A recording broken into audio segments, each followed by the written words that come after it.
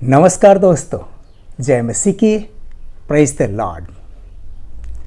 दोस्तों, आज हम एक ऐसे विषय पर बातें करेंगे जो कई मसीही मंडलियों में चर्चा का विषय बना हुआ है। कुछ विश्वासी बहनें चूड़ी, पायल, मंगलसूत्र, लिपस्टिक, नेल पॉलिश और अन्य श्रृंगार तो करती है, लेकिन सिंदूर नहीं लगाती, क्योंकि उनका कहना है कि सिंदूर हिंदू धर्म से संबंधित है। लेकिन दोस्तों, सवाल यह है, यदि सिंदूर हिंदू धर्म का है तो क्या मंगलसूत्र या अन्य श्रृंगार किसी और धर्म का नहीं है?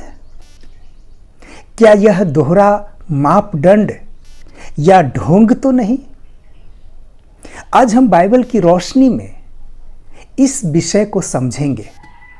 हम देखेंगे कि बाइबल श्रृंगार के विषय में क्या कहती है और एक विश्वासी बहन को अपने जीवन में क्या प्राथमिकता देनी चाहिए। तो आइए परमेश्वर के वचन की ओर चले और इस सत्य को जानें।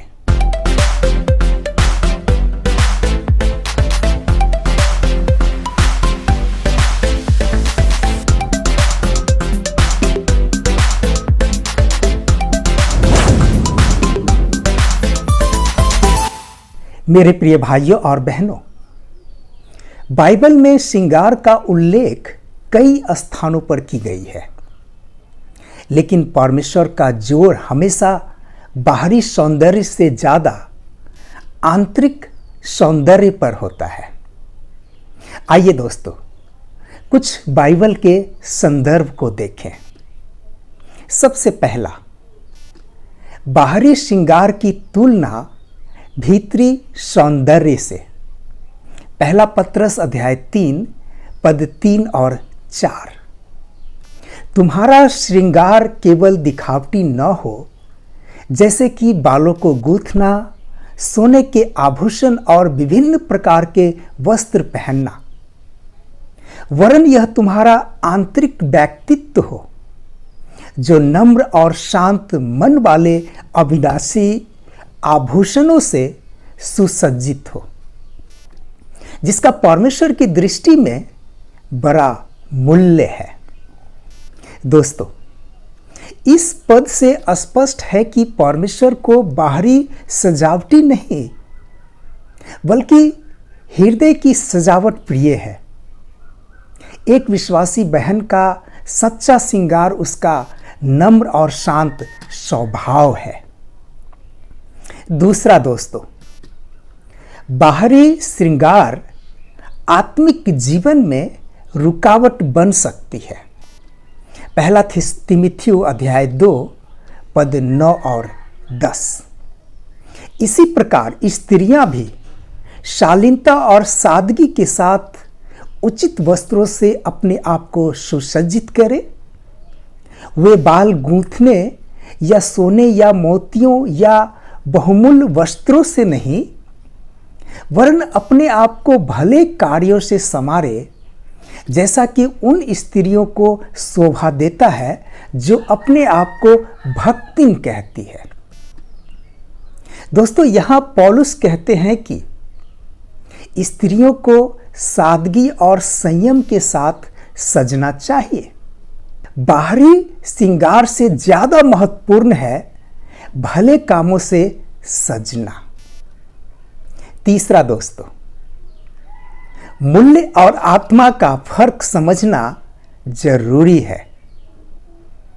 दोस्तों, यदि सिंदूर को हिंदू परंपरा कहकर त्यागा जा रहा है, तो फिर वही बात चूड़ियां, बिंदी, मंगलसूत्र, पायल आदि पर भी तो लागू होनी चाहिए, क्योंकि ये सभी श्रृंगार मूलतः भारतीय धार्मिक और सांस्कृतिक प्रतीकों से जुड़े हैं। यह दोहरा मापदंड आत्मिक सच्चाई के विरुद्ध में जाता है, क्योंकि हिंदू विवाह मंगलसूत्र से ही होता है और सिंदूर तो चिन्ह के रूप में लगाया जाता है। दोस्तों, अब एक तार्किक प्रश्न, तो फिर ढोंग क्यों? यदि एक बहन यह मानती है कि सिंदूर हिंदू परंपरा से जुड़ा है, तो फिर वही बात मंगलसूत्र, बिंदी और अन्य श्रृंगार पर भी लागू होनी चाहिए। या तो सब त्याग दे, क्योंकि बाइबल हमें भीतरी सौंदर्य की शिक्षा देती है, या फिर सबको अपना ले, लेकिन यह ना कहे कि सिंदूर नहीं लगाते क्योंकि वो हिंदू परंपरा है। मत्ती अध्याय 6 पद 24, कोई दो स्वामी की सेवा नहीं कर सकता। दोस्तों, यदि हम बाइबल के अनुसार चलना चाहते हैं तो हमें पूरे मन और पूरे सत्य के साथ चलना होगा, ना कि संस्कृति और आत्मिकता के बीच सामंजस्य बैठाकर।